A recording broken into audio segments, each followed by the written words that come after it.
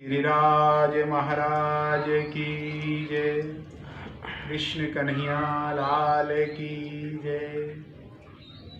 अखंड मंडलाकारं व्याप्तं येन चराचरं तत्पदं दर्शितं येन तस्मै श्री गुरुवे नमः। भक्ताविलासाचरितानुसारी दुग्धाधिचूरेण यशो विसारी कुमारिकानंदित घोषनारी मम प्रभु श्री गिरिराजधारी। बोलो कन्हैया लाल की जय। कल हमने श्रीमद् भगवत गीता के सत्संग में 36वें श्लोक की व्याख्या सुनी। आज हम 37वें श्लोक में प्रवेश कर रहे हैं। तस्मान्नार्हा वयं हन्तु धार्तराष्ट्रान् स्वबान्धवान् स्वजनं हि कथं मत्वा सुखिनः श्याम माधव। अर्जुन पूर्व श्लोकों में युद्ध का दुष्परिणाम बता करके अब अर्जुन युद्ध करने का सर्वथा अनौचित बताता है। युद्ध करना किसी भी प्रकार से उचित नहीं है, यह अनौचित है, यह बताता है। तस्मान इसलिए स्वबंधवान अपने धार्तराष्ट्रान धृतराष्ट्रियों को हंतु मारने के लिए वयम ना अर्हा ही हम योग्य नहीं है ही, क्योंकि माधवा हे माधव स्वजना अपने कुटुंबियों को हत्वा मारकर कथम सुखिन कैसे सुखी श्याम होंगे। हम अपने कुटुंबियों को मारकर हम कैसे सुखी होंगे। तस्मान नारहा वयम हंतु धार्तराष्ट्रान स्वबांधवान। अभी तक पहले अध्याय के 28वें श्लोक से लेकर यहाँ तक मैंने कुटुंबियों को ना मारने में जितनी युक्ति दलीलें दी हैं, जितने विचार प्रकट किए हैं, उनके रहते हुए हम ऐसे अनर्थकारी कार्य में कैसे प्रवृत्त हो सकते हैं। अपने बांधव इन धृतराष्ट्र के संबंधियों को मारने का कार्य हमारे लिए सर्वथा अनुचित है, किसी भी प्रकार से किसी भी तरीके से उचित नहीं है। हम जैसे अच्छे पुरुष ऐसा अनुचित कार्य कैसे कर सकते हैं। हम में और उनमें अंतर क्या रहेगा फिर। स्वजनम ही कथम हत्वा सुखिना श्याम माधवा। हे माधव, इन कुटुंबियों को मारने की आशंका से ही बड़ा दुख हो रहा है, संताप हो रहा है, तो फिर क्रोध तथा लोभ के वशीभूत होकर हम इनको मार देंगे तो कितना दुख कितना संताप होगा। उनको मारकर हमें कैसे हम सुखी हो सकते हैं। यहाँ ये हमारे घनिष्ठ संबंधी हैं। इस ममता जनित मोह के कारण अपने क्षत्रियोचित कर्तव्य की तरफ अर्जुन की दृष्टि नहीं जा रही है। मोह में वो अपना जो क्षत्रिय का कर्तव्य है उसको भूलता जा रहा है, उसकी तरफ उसकी दृष्टि नहीं जा रही। कारण क्या है कि जहां मोह होता है वहां मनुष्य का जो है वह दब जाता है और उस पर मोह हावी हो जाता है। विवेक दबने से मोह की प्रबलता हो जाती है और मोह की प्रबलता होने से कर्तव्य का स्पष्ट भान नहीं होता। हमारा क्या है वो दिखता नहीं है ठीक महाराज।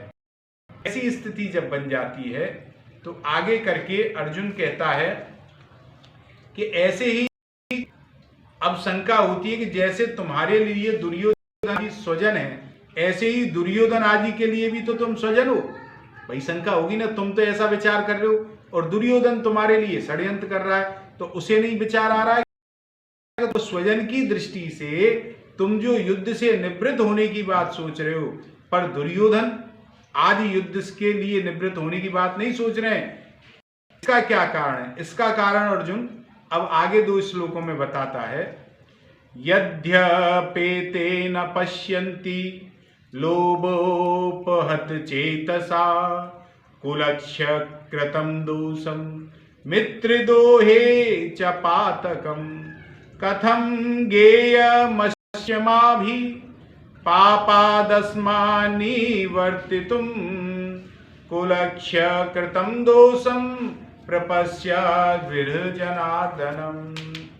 यद्यपि ये ते न पश्यन्ति मित्रदोहे चा पातकम।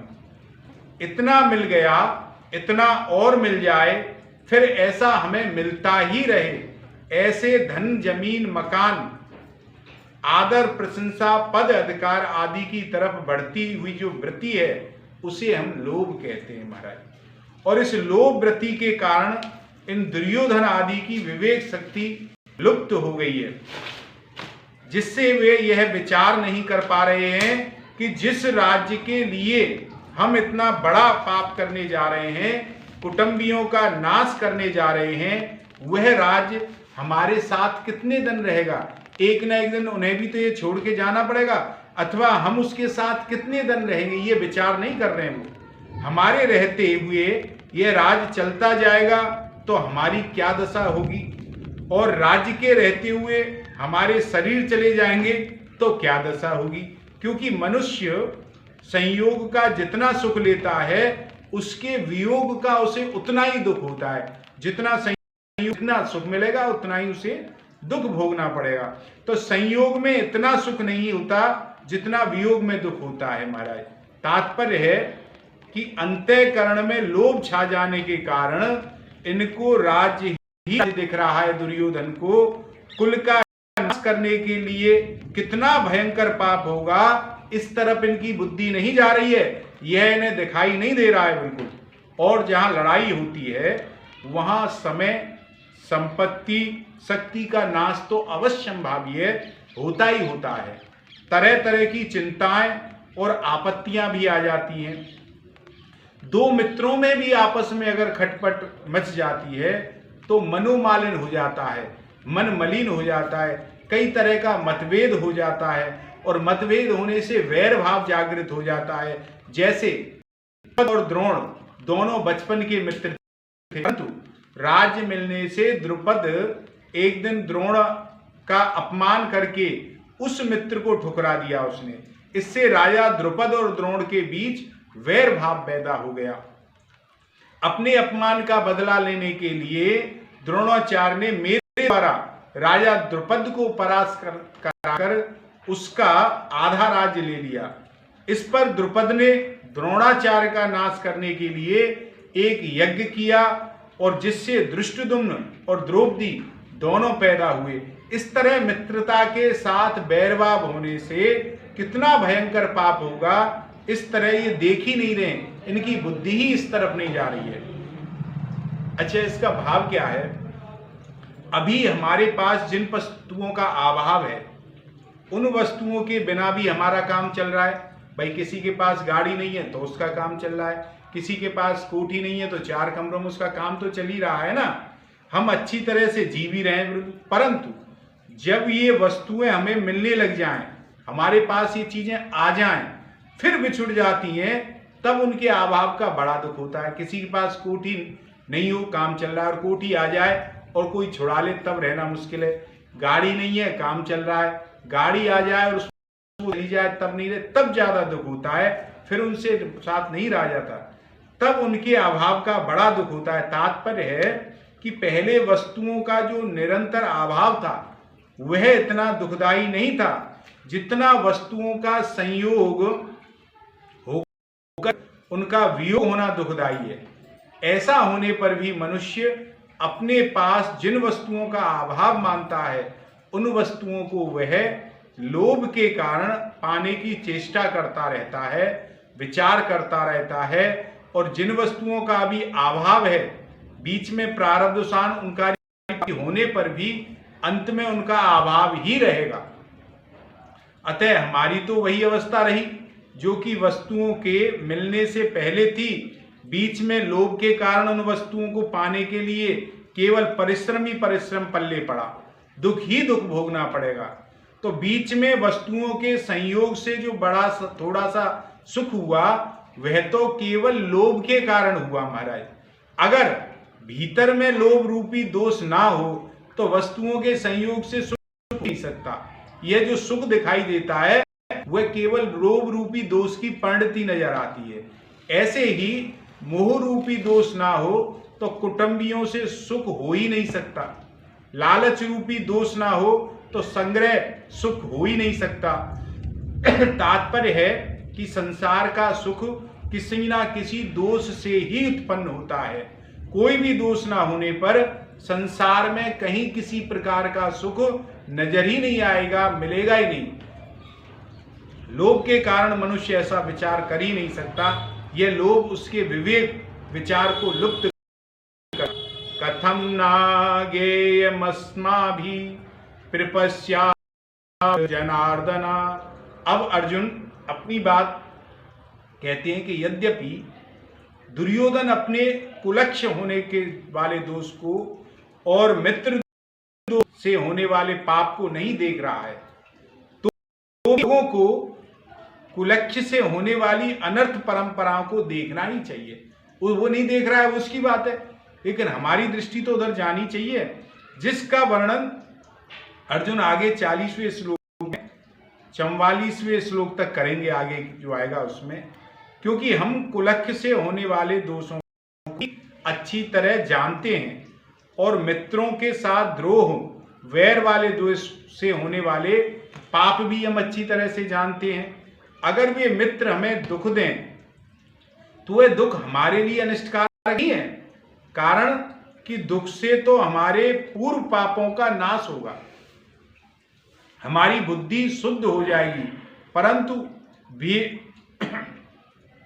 हमारे मन में अगर द्रोह वैर भाव हो गया तो वह मरने के बाद भी हमारे साथ व्यक्ति पर जब दुख आए तो समझना चाहिए कि हमारे पापों का नाश हो रहा है, और सुख आए तो समझना चाहिए हमारे पुण्यों का नाश हो रहा है। किंतु यहाँ अर्जुन कह रहा है अगर उससे आके हम भी करेंगे, द्रोह नहीं आना चाहिए। वैर भाव आ गया तो वह जन्म जन्मांतर हमें पाप करने के लिए प्रेरित करता रहेगा, जिससे हमारा पतन ही होगा। तो ऐसा अनर्थ करने वाले और मित्रों के साथ द्रोह पैदा करने वाले इस युद्ध रूपी पाप से बचने का विचार हम क्यों ना करें। हमें इससे बचने का विचार, अर्थात विचार करके हमें इस पाप से बचना चाहिए। महाराज, यहाँ अर्जुन की दृष्टि दुर्योधन आदि के लोग की तरफ तो जा रही है, पर वे दुख कौटुंबिक स्नेह मोह आबद्ध होकर बोल रहे हैं। यहाँ अर्जुन बोल रहा है वह भी मोह के कारण ही बोल रहा है, कुटुंबियों का स्नेह रूपी मोह उसको ही बुलवा रहा है। इस तरफ उनकी दृष्टि नहीं जा रही है अर्जुन की, इस कारण वे अपने कर्तव्य को नहीं समझ पा रहे हैं। यह नियम है कि मनुष्य की दृष्टि जब तक दूसरों के दोष की तरफ रहती है तब तक उसे अपना दोष नजर नहीं आता, अपना दोष दिखाई नहीं देता, क्योंकि उसे दूसरे के दोष नजर आ रहे हैं। महाराज, दूसरों के दोष की तरफ उसकी दिखती है। महाराज दिखता उल्टे एक अभिमान होता है कि इनमें तो यह दोष है पर हमारे अंदर तो दोष नहीं है, हम तो निर्दोष हैं। महाराज, ऐसा अवस्था में वह यह सोच नहीं सकता कि अगर इनमें कोई दोष है हमारे भीतर भी कोई दोष हो सकता है, यह विचार उसकी बुद्धि नहीं करती है। दूसरा दोष यदि ना भी हो तो भी दूसरों का दोष देखना यह भी तो एक दोष ही है। चाहे तुम्हारे अंदर कितनी भी कमी नहीं हो, अगर तुम्हारी दृष्टि दूसरों के दोषों पर टिकी, दूसरों के दोष देखने में लगी हुई है, तो वह भी एक दोष ही है। दूसरों का दोष देखना एवं अपने में अच्छाई का अभिमान करना, ये दोनों दोष साथ में ही रहते हैं, एक दूसरे के साथ चलते हैं। तो अर्जुन भी यह दुर्योधन आदि में तो दोष देख रहा है और अपने में अच्छाई का अभिमान हो रहा है। अच्छाई के अभिमान की छाया में कि मात्र दोष से ही, इसलिए उनको अपने मोह रूपी दोष नहीं दिखाई दे रहे और अपने कर्तव्य हमें क्या करना चाहिए इस तरफ उसकी दृष्टि नहीं जा रही है। आज का सत्संग हम यहीं विराम करेंगे, आगे की चर्चा कल करेंगे। 2 मिनट नाम संकीर्तन फिर विराम। कृष्ण गोविंद गोविंद गोपाल नंदलाल, राधे गोविंद गोविंद हे गोपाल नंदलाल। कृष्ण गोविंद गोविंद गोपाल नंदलाल, राधे गोविंद गोविंद हे गोपाल नंदलाल, हे गोपाल नंदलाल, हे गोपाल नंदलाल, हे गोपाल नंद लाल, हे गोपाल नंद लाल। कृष्ण गोविंद गोविंद गोपाल नंद लाल, राधे गोविंद गोविंद हे गोपाल नंद लाल। बोलो गिरिराज महाराज।